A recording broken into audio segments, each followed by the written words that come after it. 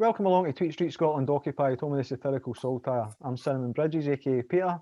With me is my co-host today, we've got Eileen Spence. Hi Eileen, how you doing? Hiya. Aye, it's good to see you. Been keeping busy? Absolutely. Absolutely, aye. Right, so we're here for to interview Fiona, who is one of the Women's Trade Union Federation representatives, who's going to give us a wee detail of what the Women's Trade Union Federation do, what they stand for, and why they've come onto Twitter of late. So Fiona, over to you. If you just tell us a wee bit about you and a wee bit about the federation, please. Okay. I'm Fiona, and I'm kind of coordinating the Women's Trade Union Federation. It's a broad church, and we are comprised of a number of unions from across the trade union movement. It's a UK-wide organisation that we've set up, but we do have a lot of women amongst us who are active within Scotland, within the Scottish unions. So some of the unions that we have are the major unions: Unite, Unison. These are all unofficial groups, by the way, and I'll explain why that is later. Okay. Unison, Unite, GMB, NASUWT, EIS, so there's all these, PCS, Prospect, so there's all the kind of major unions, and there's a lot of women who have joined. I should maybe say how this started. Please do, yes, please do. I wasn't intending to start this organisation at all. I had retired, and I've been an active trade unionist myself for as long as since I started work at the age of 17. And so I've always been a trade union member, and I've been in a number of unions. But latterly, I was an activist within the Public and Commercial Services Union. I was a civil servant within Scottish Government, and I worked in policy in Scottish Government. And I saw the beginnings of some of the policies coming through my own union, because I sat on the National Standing Orders Committee of the Public and Commercial Services Union, PCS Union. And that committee is the committee which looks through hundreds of motions and decides whether they're competent to be placed before our governing body, which is our national conference every year. And at first, when I first saw some of the trans motions coming through, the LGBT motions, I was very supportive of it and didn't really think too much about it at all. And then once I saw them come through maybe in the second year, when on the committee, I started to question them and started to wonder whether maybe some of the things they were asking for might actually cut across some women's rights and cut across some of the issues that we were trying to fight for as part of, and being supported of, as part of the Equalities Act. And so that's when I started to question things. And I realised quite quickly, by just asking questions, I became a target and got some very unwanted attention for just asking some very straightforward questions. And for presenting evidence, I came under attack. Years later, after I continued to ask the questions and got involved in Twitter and all the rest of it, retired, I noticed a lot of women who had experienced kind of similar things to me in different unions.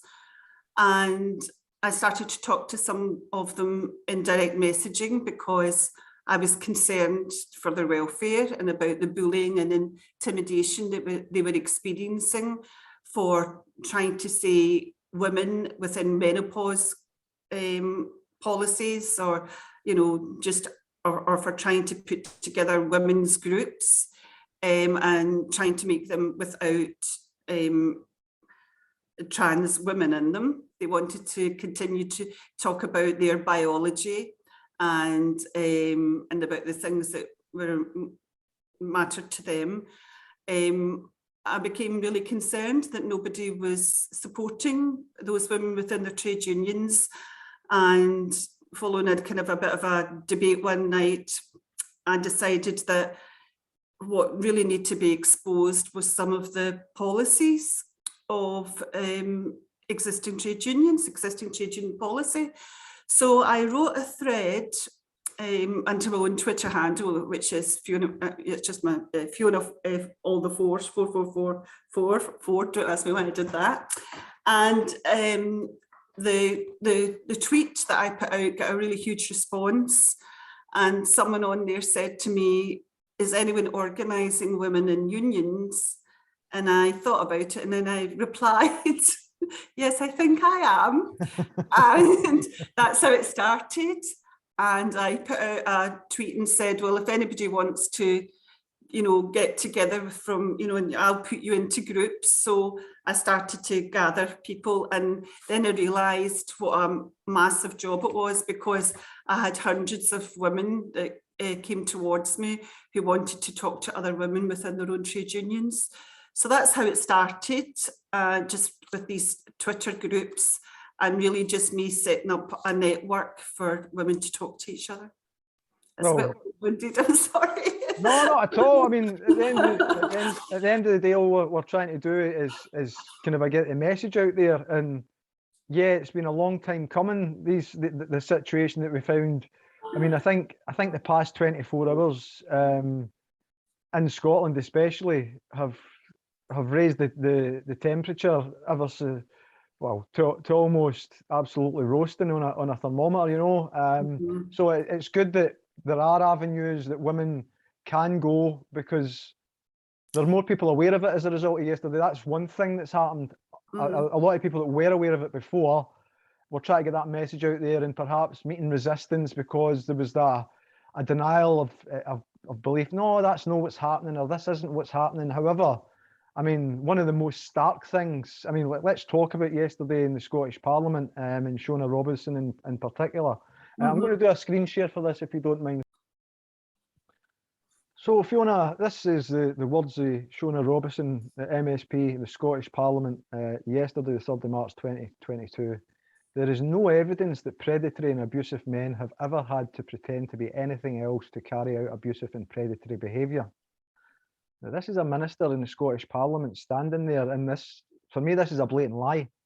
What was your thoughts upon hearing this and other things? I mean, just if you can speak freely about it. No, well, first of all, I think it's an absolutely appalling statement, and it's particularly appalling coming from someone like Shona Robison, who has a background in community education and worked within the social work department at Glasgow City Council. So Miss Robison should be in no doubt at all about the needs for safeguarding within all sorts of contexts for women and girls. And the reason for that is because we know that men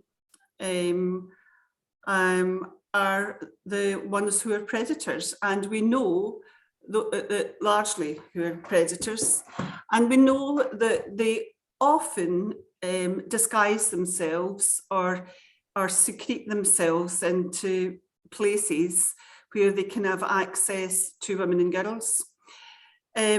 The other reason that Ms. Robison should be ashamed of this statement is because she has met a number of women's groups over the last few weeks who have told her about these issues, and she has decided to put those things to one side and ignore the concerns raised by women. And we know, for example, that the whole violence against women sector is built on the premise that male violence is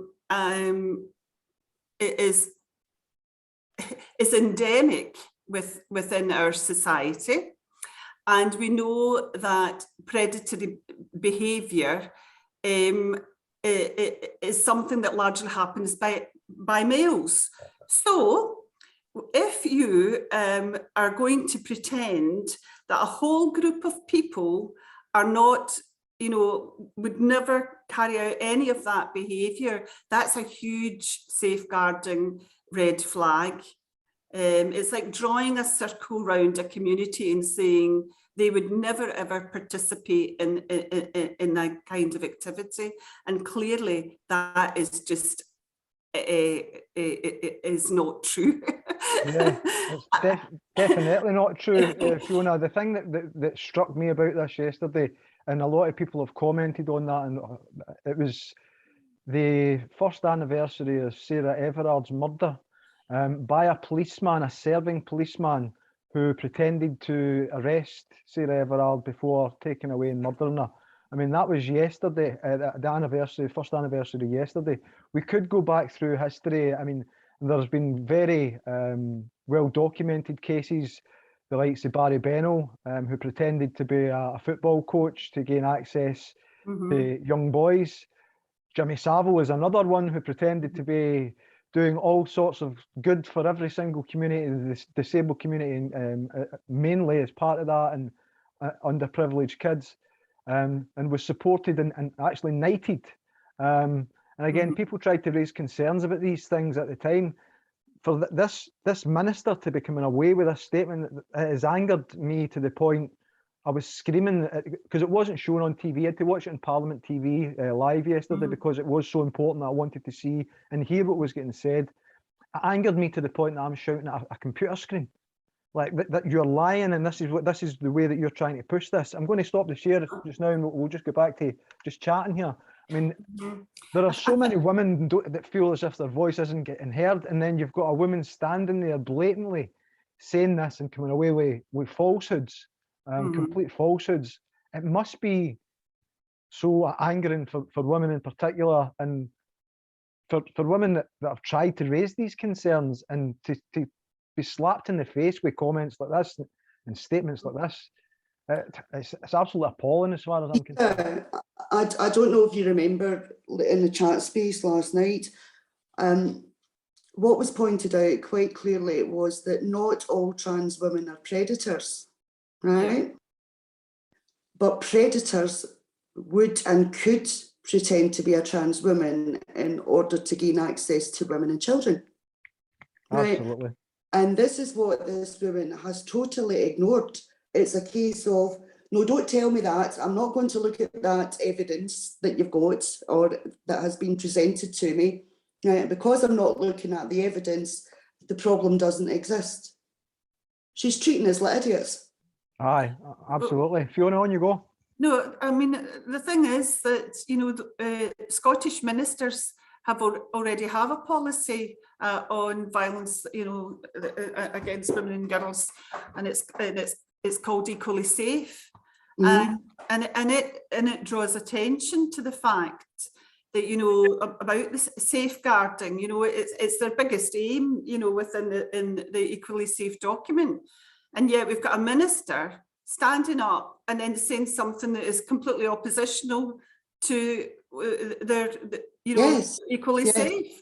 So it's the fact that this government seems to think that they can stand and say these ridiculous and untrue, just untrue lies, things, and that we're all going to sit back and believe it. So, I mean, it's just really disgusting. But it will have far-reaching effects, because we've already seen some of the ways that some of the safeguarding has started to break down even before the law has been implemented. And, we've seen gun-toting Girl Guide leaders, and, we've seen women who, have been banned from becoming Girl Guide leaders because they have raised issues around these safeguarding matters. I mean, these are really serious concerns that people have, and rightly so. Fiona, we've even had a situation where someone like Rona Hodgkiss, who used to run the women's prison, you know, in Scotland, right, quite rightly pointing out that there's actually women in prison who have been sexually assaulted by trans women in prisons, right? We've had cases where, I think it was a 9 or a 10-year-old child over in Kirkcaldy was attacked in the women's toilets, right, by someone who claimed to be a trans woman. And for Fiona Robison to be turning round and basically telling us that's not true, that's gaslighting of the first order. And I actually expect more of a Scottish minister. They have got all sorts of access to information, to evidence. They have advisors, they have civil servants. What she's actually saying to us is, no, it's not true, right? So we're not going to mention it, we're not going to talk it. So just to clarify, it was Shona Robinson, no Fiona Robinson. Oh, sorry, Shona. There's me conflating things again, aren't I? So let's make sure that we keep ourselves right, and it's Shona that we're speaking about. So it was Shosho instead of Fifi. Fiona, so tell me, look, what sort of reaction have you had in the wake of what's happened with yesterday in the Scottish Parliament, if any, or is it too early for the reaction? Because a lot of people are still in disbelief, I think. No, I mean, like, I had a lot of calls last night, and I spent a long time last night having a discussion about it with people from Frontline Feminist Scotland, you know, people who are active in that. I mean, women are really worried about it. I mean, they're really, really concerned that we seem to have a government that just does not listen to women. So, I mean, it's actually a breakdown in the governance of our country, if you like, because you expect a high standard, really, to be coming from the civil service. And they should be setting up proper consultation processes which consider the needs of all the protected characteristics, you know, when they bring about new law. So, new legislation, and that's just not been done. You know, they haven't listened to the concerns of women, and I find that really troubling. And I think it will have knock-on effects for a lot of women as well, you know, because, you know, my interest here is really on the trade union side of things, but it will have knock-on effects for women in their workplaces, you know. Fiona, I'd like to ask you something. As you know, Tweed Street have been quite closely involved with Not With My Child and with Parents Across Scotland, and we are really into safeguarding, you know, children in schools, and what's been happening with the impact of the transgender guidance that's been put out. Are you aware of when the EIS and the SSTA were policy captured? Because I'm actually hearing from more and more teachers who are saying that they're terrified to open their mouths and say anything about it in case they lose their jobs. Yeah. And what are the teachers' unions doing to protect their members in instances like this? Well, I think there's a lot of teachers who are silenced because what they're worried about is that they might actually, you know, be stopped from practicing as teachers if they're accused of being transphobic. And you could be accused of being transphobic just from raising safeguarding issues. So the trade union, of course, any trade union, and I think there's a lot of misunderstanding about how trade unions act. Trade unions act on policies which members make. And it's really, and this is the double bind, if you like, within the trade unions at the moment. We've got a group of people who have been silenced because of the laws that are coming coming to us, including the hate crime law and the Gender Recognition Act. And so a lot of people feel as if they can't speak out. But if they don't speak out and actually attend their union meetings, put together motions, speak at the conferences, and draw attention to the problems that are emanating within their workplace, they can't get the policy changed within their union settings. So it's a huge risk for many women, and some of them, I can tell you, are currently in the process across all the trade unions groups that we have. They are sitting down, writing motions, and trying to change policy within their unions, but lots of them are really terrified of being exposed or losing their livelihoods. You know, there's that, you know, but as a retired teacher, right? If I was working just now, I would be more apprehensive about being held legally culpable if something that I had been forced to teach in school ended up in a child being hurt, because that is what we're looking at. Yes, and you know, we have had, I mean, I have had discussions with EIS members about this very thing, and there are a lot of very concerned teachers who do not feel that they would be supported by their unions. And that's disgraceful. And it is disgraceful. What they paying their union dues for? I know, but this is the issue, because they don't feel that they would get the same protection as other protected characteristics, put it that way. Yeah. And it's not just the EIS, I have to say. I mean, let's be fair. I mean, you've got to look at the other education unions that, you know, are part of our federation. The UCU, I mean, if you look at the General Secretary of the UCU, Joe Grady, and some of the, you know, the disgraceful attitudes and the tweets that she's put out, you know, like coming down on women members. I mean, some of those women members, you know, you're talking about people like Joe Phoenix, you're talking about Kathleen Stock. I mean, right. We're talking about, you know, real, the pinnacle of critical thinkers, women critical thinkers in across the UK.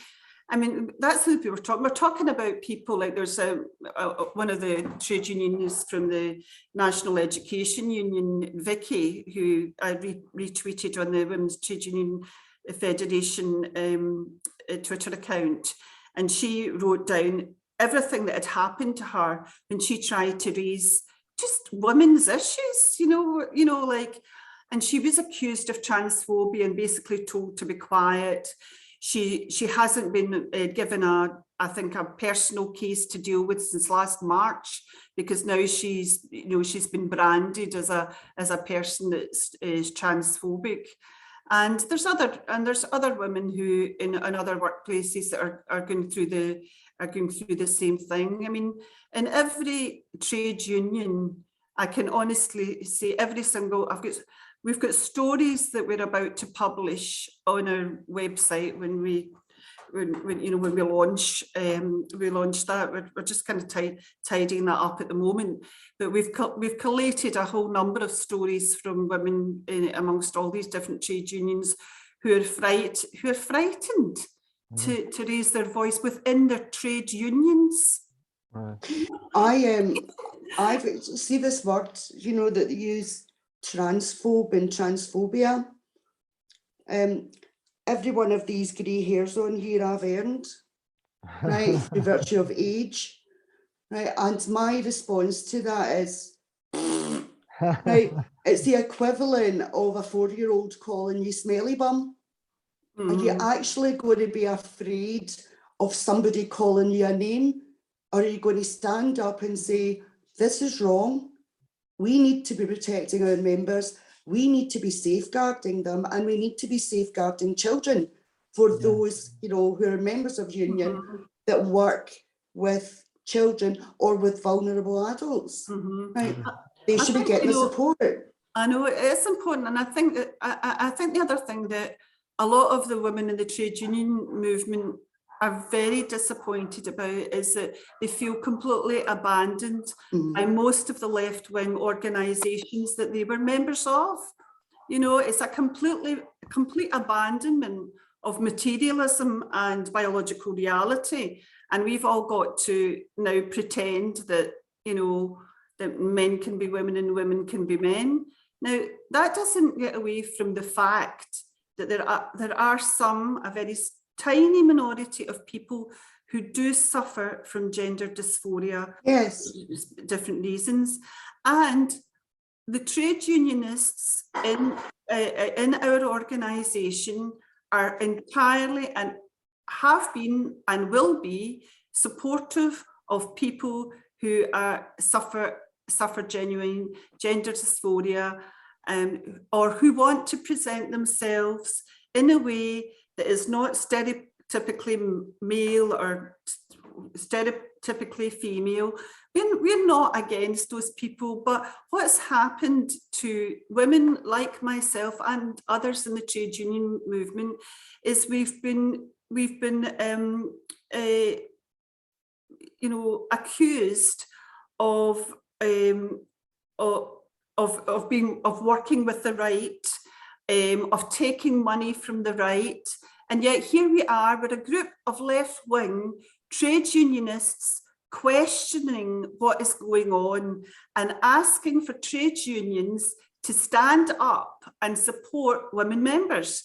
That's all we're asking for, is for them to listen to their women members.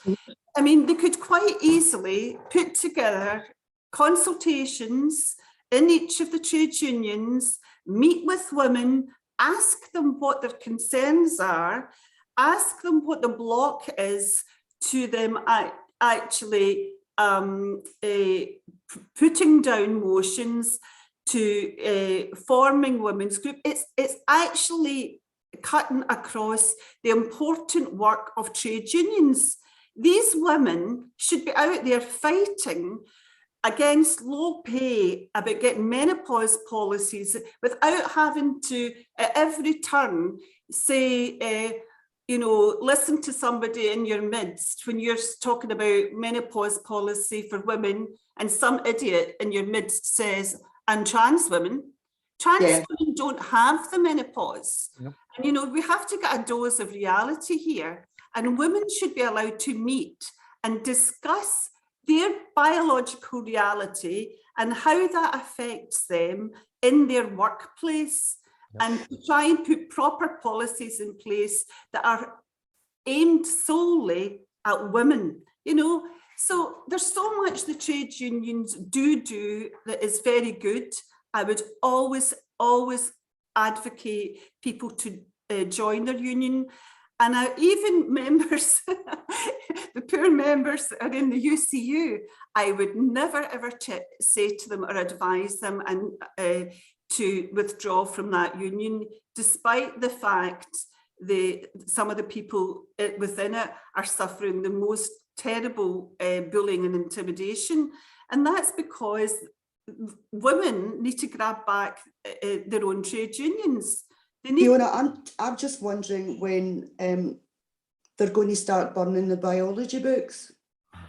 Right? Well, this is the thing. I mean, if you're a teacher and on one hand you're told that you have to adopt a specific mantra, you know, a gender ideology that denies that females and males, you know, or that are sexually dimorphic, right? There isn't I was just going to say that, right? There isn't a third gamete, right? You get the big ones, or the eggs from the women, right? Exactly. And the small ones that look like the tadpoles are from the men. There's no third gamete.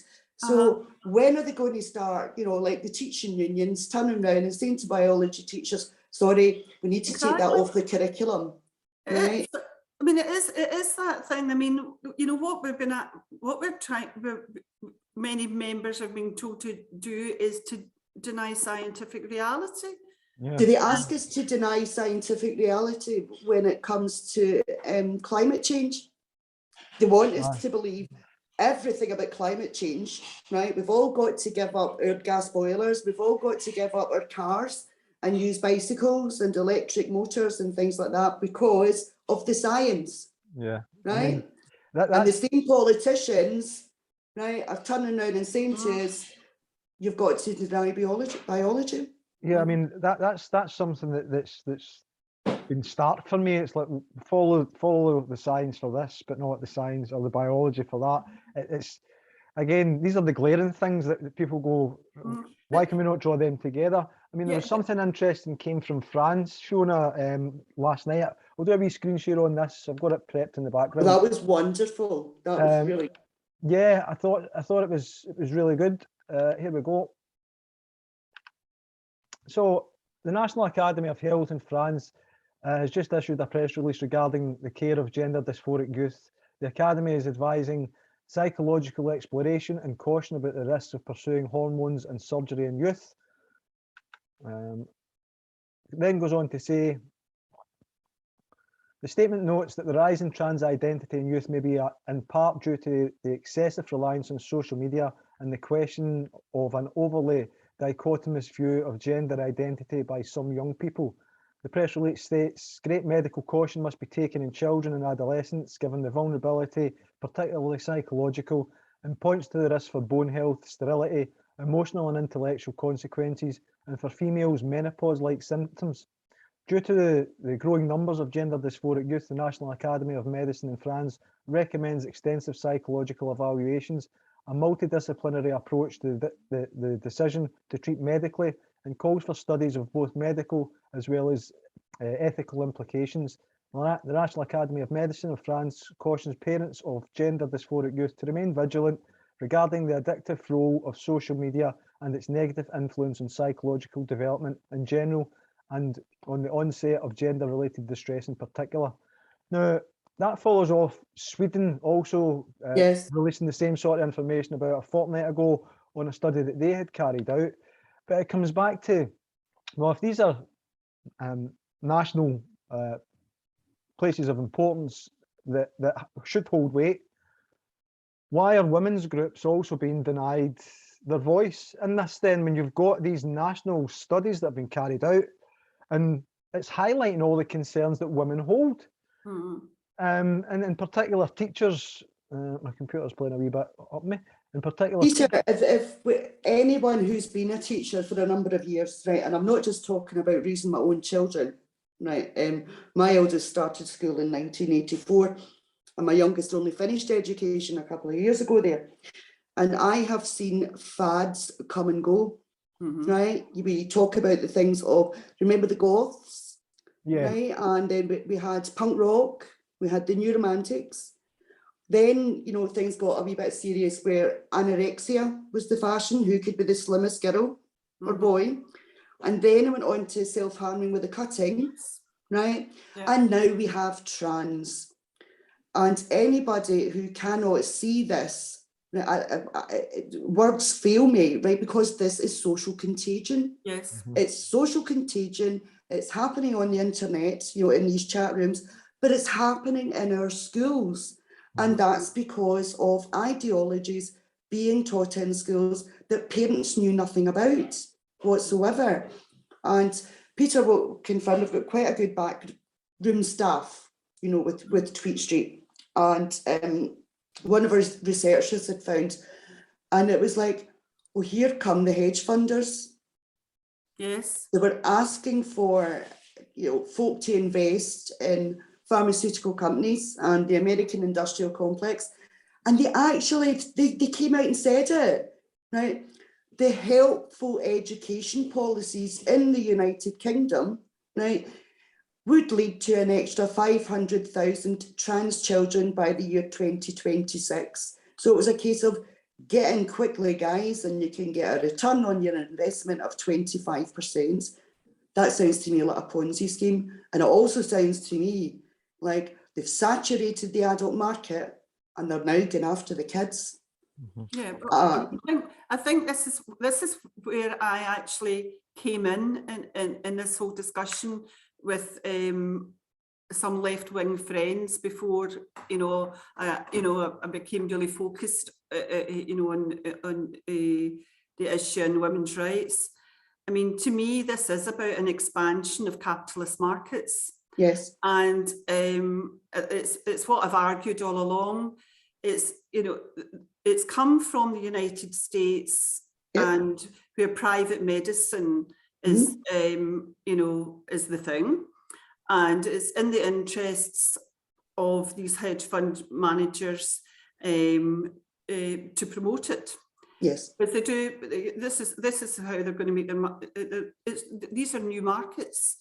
So the thing that is obvious, but this is what really disturbs me about all the different political parties who operate within the trade unions. There are factions within the different unions, and all the left, apart from to a certain extent maybe Socialist Appeal and the Communist Party, Morning Star group. I mean, I think that's about it. Everybody else is captured. Yes. I think the most they are the ones that that put the policies into the unions. I think the most disturbing aspect of it was that how the hedge funders were given a woohoo right about the helpful education policies in schools, and it's like then you go to say, okay, then who put these education policies into the schools, right? Was it the unions, as in the teachers' unions, or was it the lobbyists? Was it the lobbyists that did this, right?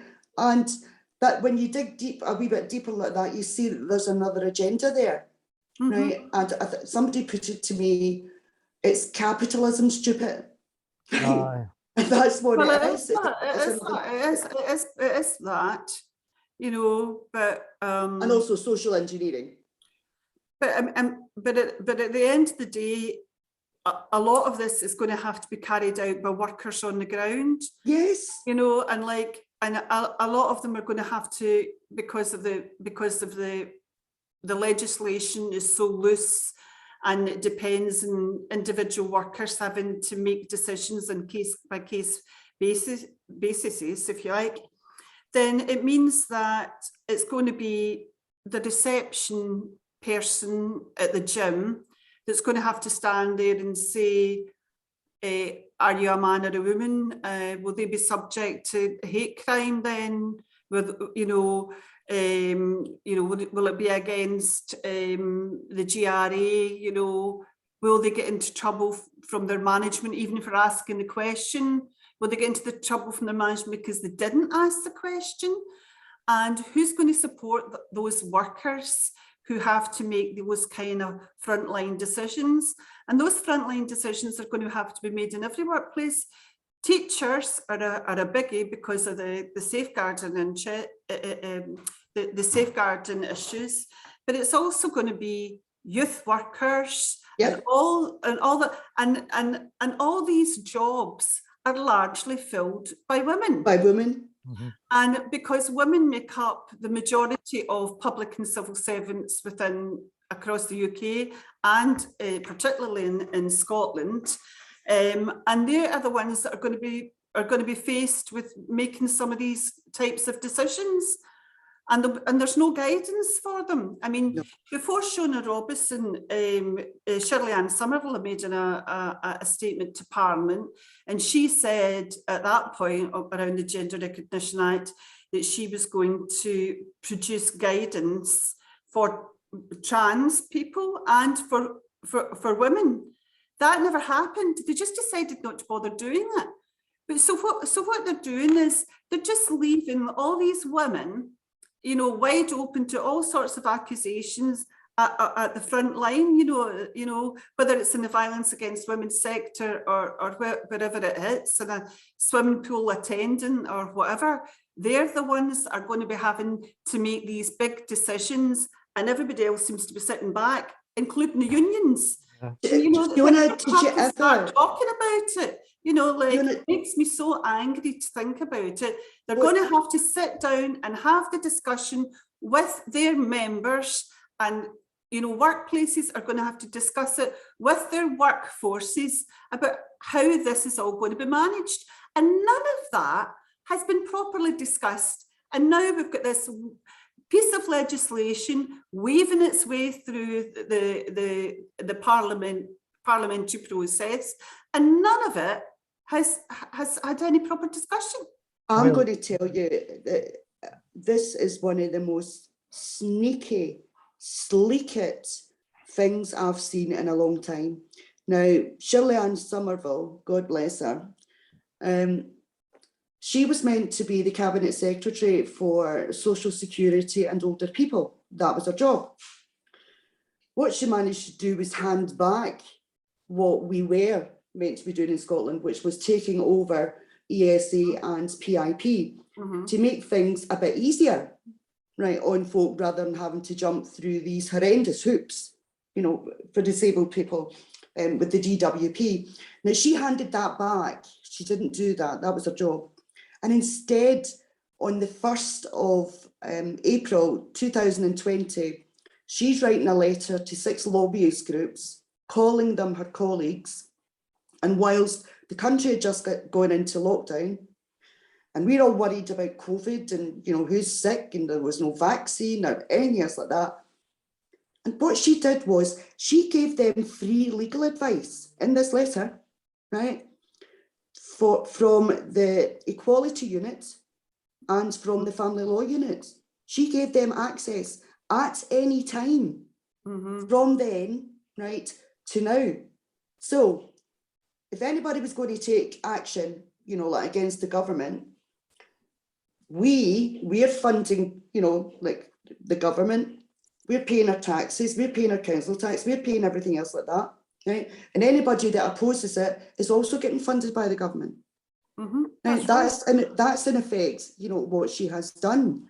And it's even worse than that, because, and then as well as you paying for all of that, women like me and thousands of women are now having to pay regularly towards crowdfunders to oppose women. It's another tax on women. And this is what really appalls me. I don't know how many crowdfunders that our members have actually had to contribute to in order to challenge the government, because we cannot get access to discussing these matters with our so-called representatives. I don't even know if we are. I don't even know if we are challenging the government, because I was around back in like 2003, 2004 when they first tried this, right? And there were some MSPs back then that are still involved now.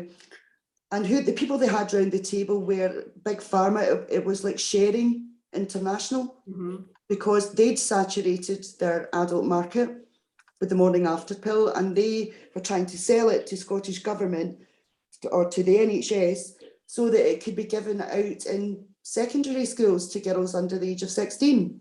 It was 35 pence a dose. Durex International, they had a seat at the meeting as well, because they had a product to sell. Right? When you try to get minutes, you know, of meetings that have happened at Scottish Parliament, and I do know there were 200, and that Miss Somerville was involved in them, everything is redacted, redacted, and redacted. You're not allowed to know who the civil servants are. You're not allowed to know the names, you know, of the people from the organisations. But I'll bet you they're exactly the same. They will be. Right? I reckon there's about 50 or 60 people in Scotland that are actually driving this, all sitting on each other's committees, all backing each other up, and all in lobbyist groups. So right now it's seeming to me that the lobbyist groups are running this country rather than MSPs. And that's a terrible state of affairs that we're in. Well, it is a terrible state of affairs, because every single women's group that was, you know, allowed to give their piece about the GRA, every single one of them were captured. That's right. Like for Women Scotland, who are really very good, right? And Murray Blackburn, right? You know, Yeah, but they don't get any funding. Again, Right, that's all women. They Scottish get no women. funding, but also they didn't get a meeting, right, when all these 200 meetings were taking place. And Scott Gough had the cheek to say that women and children were represented by their own picked groups, which was in gender, right, and some kind of parents' council for Scotland. So 4 women from there, right, 4 women from Engender, right, and women are 52% of the population, and we've no representation on it. And us 52% of the population gave birth to the other 48%. Aye, well, sorry, I was want to share something else, because Fiona, you had mentioned about crowdfunders, and that's again, it's a tax on women. It's I see it from a man's point of view. I see it's a war on women. They're not being taxed. They're actually being taken to war, because by all of these groups attacking women, women are the safeguarders. Women are the main safeguarders. And as Eileen says, 52% of the Scottish population and giving birth to the other 48%, of which I'm part of. There's no denying those facts, but it's a way of silencing women. And as Fiona said in the pre-record, that being attacked and for raising a valid concern and safeguarding issues is it's their MO. It's how they silence women, and how they then get to how they then get to trans more kids by not having the opposition, because they've silenced everything else. It's indoctrination and it's proselytism, right? As we know, the RHSP materials, right, and TIE, that's Time for Inclusive Education's materials, have been embedded in the curriculum for excellence. Right. Now, we know about the politician that I spoke to about it. And when I said to her, why did you do that? Right. Her answer was, well, you can't remove your child from English or maths. We're just making sure that you can't remove them from this. Aye. It's again. Right. That's like North Korea. Yeah. But going back to what Fiona was saying about the having to pay crowdfunders and contribute towards that, and women having to contribute towards that, paying twice. I'm going to do a wee screen share again, because Fair Play for Women, I don't know if you've heard of that group, Fiona, Eileen, I know that you have, but it was their response to yesterday's debacle in the Scottish Parliament, is the only way I can put it. So I'm going to do a wee screen share on that, and we'll read through just some of the things that they identified. Scottish Minister Shona Robison has now introduced the Gender Recognition Scotland Bill for scrutiny by the Scottish Parliament. She claims the bill gives no new rights for trans people. This is untrue. It introduces the right for people who identify as transgender, but without gender dysphoria, to change their sex on their birth certificate. Reforms will increase the number of and change the type of people able to change their sex in law. The Minister says international evidence suggests application will increase tenfold. Based on the estimated number of trans people in the UK, it could be in the region of 100-fold. The Minister said GRA reform will not impact single-sex spaces for women and girls. Legal provisions will remain that allow trans people to be excluded from female-only spaces when justified, even if they have a GRC. That doesn't change. So why are women concerned? It was the question that they've put there. Goes on to say a GRC doesn't just allow a trans person to get a birth certificate saying they were born a sex they were not. It makes it a criminal offence for an official to reveal a GRC holder's birth sex. It also it allows birth sex to be hidden. It is the legal right to conceal birth sex that becomes problematic for single-sex spaces. We need to know someone's birth sex if we want to guarantee a space exclusively for one birth sex. This is already a problem, but giving out GRCs on demand will make it worse. Claire Baker MSP raised the issue when she mentioned concerns about Section 22, making it more difficult for service providers to use the genuine occupation exception to reserve a job for females only. As the example, Shona Robison was unable to give any meaningful reassurances. It was unclear whether she even understood the question. The same was true when we raised the issue in a meeting with her last month. There is no acknowledgement that new provisions allowing anyone a new birth certificate would complicate matters at all. How can decisions based on birth sex not be affected if we take away the meaning of a birth certificate? Truth remains that this bill allows any man for any reason to change their birth certificate on demand to say that they were born female and to hide the fact that they were born the male sex at all. The bill is about sex, not transgender status. The word sex doesn't appear even once. Trans people can identify and self-ID as trans. The question is now whether they should be able to self-ID their birth certificate too, their birth sex too, sorry. Trans women no longer want to be just trans women. They are now asking to be female, and for their trans history to be a secret. They want to be identical to cis women, indistinguishable from the female sex. We are no longer being asked to treat a man as if he is a woman. We are no longer even being asked to consider a trans woman to be a type of woman.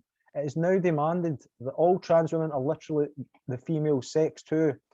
If we can talk freely about the material reality of sex, if we can't talk freely about the material reality of sex, we cannot discuss, monitor or uphold the sex-based rights.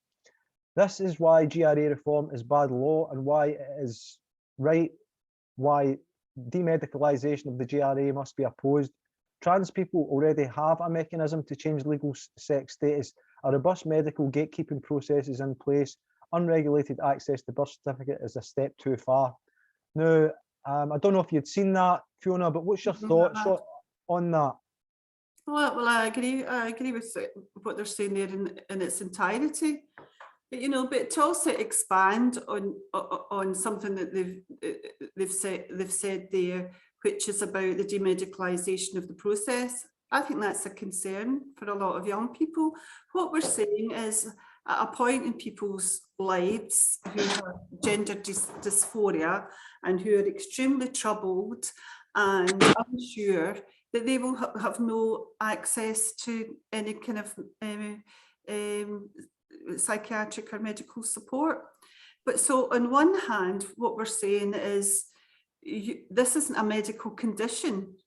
But on the other hand, at the same time, they're saying, although it's not a medical condition, we want access to all these medical procedures in order to change us into so-called females. But Fiona, my take on that was that what Scottish Government and Fiona Robertson and all of them are saying was Fiona. that Fiona. You're determined to call her Fiona, aren't you? Right, Fiona. Right. What they're talking about is how intrusive it is, right? How expensive it is, how humiliating it is, this medicalisation. No, as far as I'm concerned, it was safeguarding, because see, at the end of that process, the doctor, right, psychologist or psychiatrist could turn around and say, no, we're not going to give you a gender recognition certificate, because along that process, they had recognised that there was something not right here. And that's what they want taken away. Yes, I know. They want self-ID, so that if they say it, they are. Whereas going through that medical process, that was safeguards, and it was safeguards for the general public that doctors were quite rightly doing. Right? But it was also safeguarding young people. Yes. Who were going through this process, and we've talked about the silencing of women's voices, and we've not really even touched on the silencing of detransitioners. Now, the part of this bill will criminalise people who have made a mistake. Yes. So, and we've seen so many. I mean, Watson is so vocal on Twitter and so great in the things that she says, and so open. And there's so many of them like that and yet their voices have not been listened to in the process of this bill. Yes. And they are saying quite clearly that they needed that support. They should have been challenged. Yes. And there's been 50 odd young women sent down south from Scotland to have their breasts removed. Yes. You know, I mean, how many of those young women, you know, currently transitioning are going to be regretful of that, and may want to say, no, I don't want to do this anymore. I mean, some of them may go on and be perfectly happy with their decision and all the rest of it. And we have to recognise that and support those people who want to do that.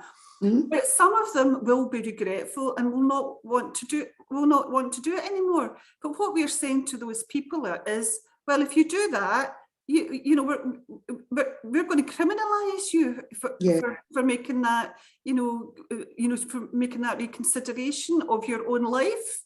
I mean, to me, that is just absolutely preposterous that we would do that. You know, like, I mean, I think I can't remember exactly. I think it's like 2 years or something, and you know, it's 2 years in prison or something. It's something. I mean, I'm not sure of that, but when I saw it, I just was shocked by it, because I thought, well, we're not really discussing. There's no point where people can really sit down and actually have any kind of discussion about what they're going through. It will just be, you know, you'll just go on a trajectory which may take you to a place that you really just don't want to be. And we're not really looking into the backgrounds of some of the people, the abuse and so forth, and the reasons why the majority of these transitioners seem to be young women. You know, why is it trying to escape the female sex so much? Why aren't we exploring these issues more and having a public debate about that? I mean, I want to know about that. I mean, a lot of them are young lesbians who are now, you know, they're being pushed down the road. Or no, you know, they're not even exploring that about their sexual orientation. There's just a denial of that.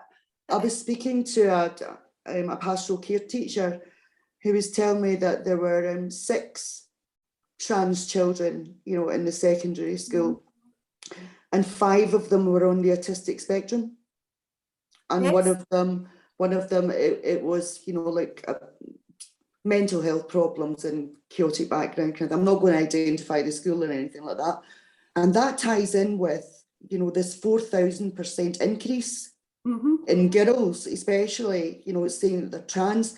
And yet Scottish Government isn't willing to listen to this argument at all, or even investigate it. And I said to the teacher, I went, did any of you think of sending, you know, like these kids along to CAMHS, doing a referral to CAMHS? And the teacher said to me, no. And I said, well, why not? He went, because I'm a single parent, I need my job, and I would get the sack. What a dreadful position for, you know, a young teacher to be in, that she knows that this is wrong and she can't do anything about it, and her union won't back her up. I think that's why what you're doing is really important, Fiona. I mean, I really do. Got to get women in these trade unions together. So given that, then, we've spoken an awful lot about the things that have happened and what we're reacting to. What can we do going forward, Fiona? What sort of things going forward can we be looking to channel towards, or to look towards, so that we are best placed to try and help these future citizens, the citizens for the future, the future of these citizens who are suffering from gender dysphoria, the future for the citizens who are being silenced, and trying to safeguard. What can we do going forward, if you don't mind, if you've got any ideas or any suggestions of what you're going to be doing? Well, I think that, you know, one of the things that we are trying to do is just to provide a space for women who are in trade unions to get together and to talk about some of the things that are actually happening in their workplaces, which they do on a daily basis. We're also putting on training for women so that they can come along to our Zoom training, and we're trying to help them unpick the bureaucracy within their unions, and trying to help them to write motions, to write speeches. We're sharing information together, sharing that kind of work together. And we're going to try and put on a monthly basis kind of surgery type events where Good. people can come along and just talk about a problem that they've got at work, where they're not getting the support through their trade union, and we're going to try and help them by helping them to resolve it, but within their own trade union. We're not setting up to be in opposition to those unions. Those unions No. are important places, and they do, you know, really effective work in bargaining, etc. But we're just going to try and, it's an old-fashioned word and maybe overused, empower women to take the handle, you know, take the handle on the reins of their unions, and to try and give them the courage to actually place those motions down and to speak out at those meetings. And what I always say to the women who are doing that is, it's not actually very important if you think that your motion will fail at your AGM or at your branch or wherever it is that you're going to be presenting the motion. The whole process is a learning point in itself. You will learn a lot about your union, you will meet people that will help you, and you will raise awareness of the issues within your own union. And people will recognise you as a person that wants to speak up for women and for women's issues. And you will collect people in the ones and twos, and we will build a movement that will fight against some of the worst excesses of transgender ideology. I mean, Can I ask you something?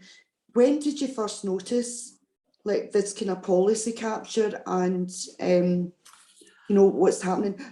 Now you could maybe advise me on this, right? Because I thought it was around about 2015. And was it coming from men, women, or members of lobbyist groups, do you think?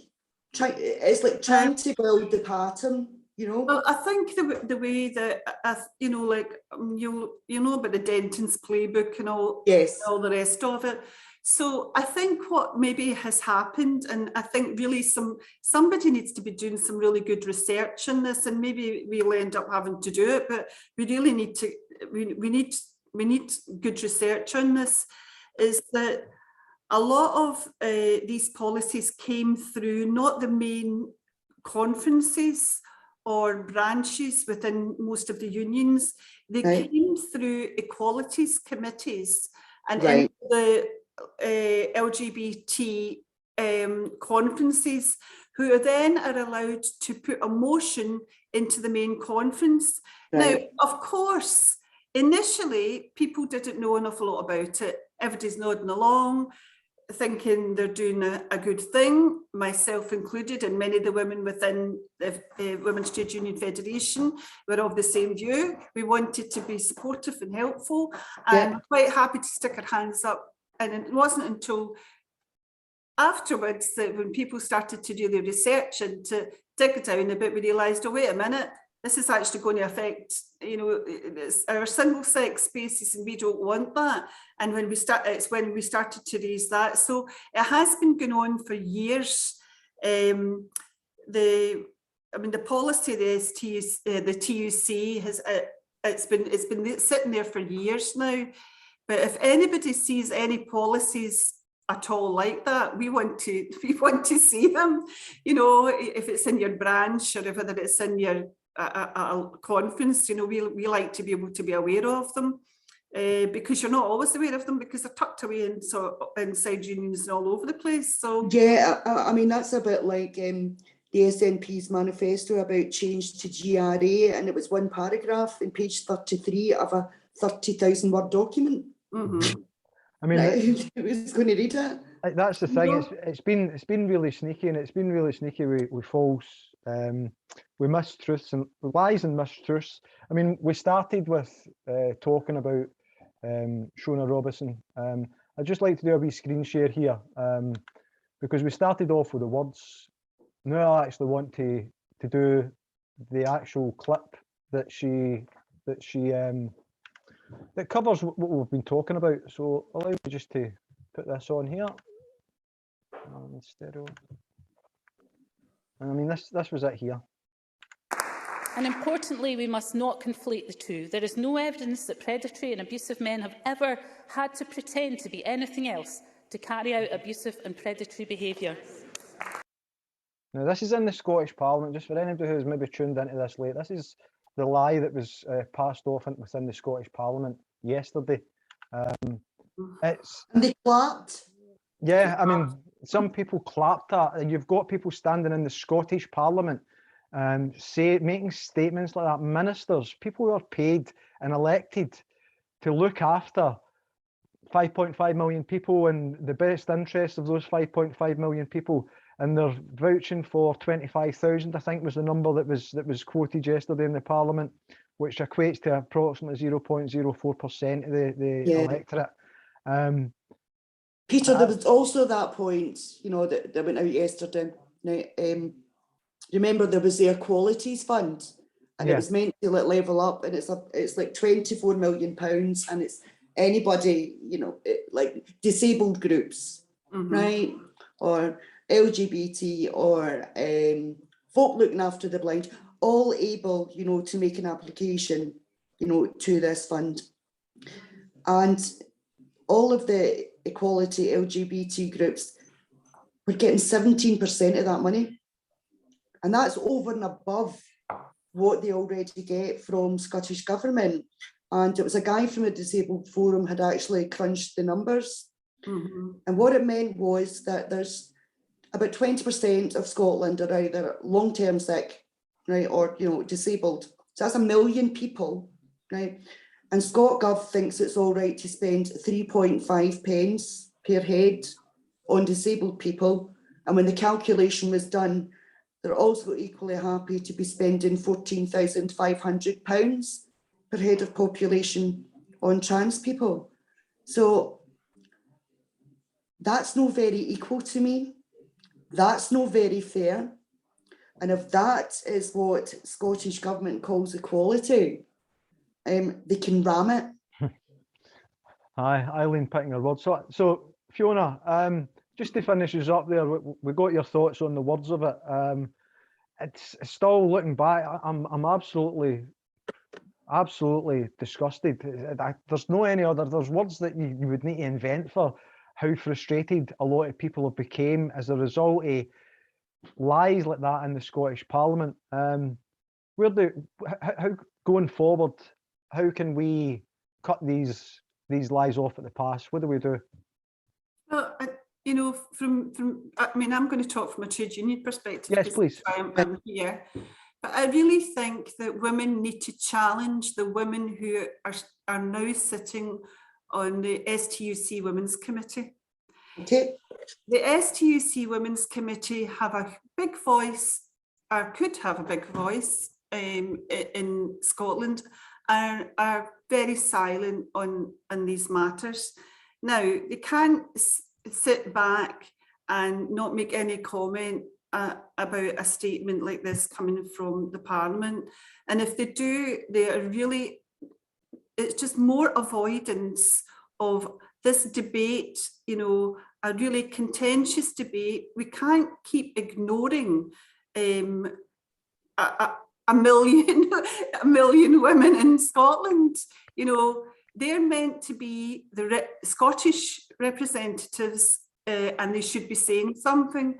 But equally, the TUC, you know, in the UK, they need to stand up and consult all the women members about what's happening, and stop portraying women who are critical voices or who have questions as people who are transphobes or evil or whatever. You know, it's just nonsense. So I really think that we need to put pressure on some of these big organisations. They need to start putting pressure on their NECs, their National Executive Committees. They've got people that they voted in for, and they need to start representing women. And we also need to put pressure on, in Scotland, on the big five organisations, you know, Zero Tolerance, the Scottish Rape Crisis, Women's Aid, and Gender, and so forth. you know, we need to put pressure on them as well. They're the ones that have gone to the Parliament and been sitting round the table and been saying what the government wanted to hear, but they need to come out and comment on this statement, surely, you know. Aye. Thank you so much. We're out of time for today, ladies. I would just like to say thank you so much to Fiona for joining us today and representing Women's Trade Union Federation and speaking so well and giving us a lot of food for thought, really, and places to exhaust. Thank you to Eileen, its co-host. So it's goodbye for Tweet Street Scotland Occupy, for the satirical saltire, for Cinnamon Bridges, aka Peter, and we'll catch you the next time. Thanks very much.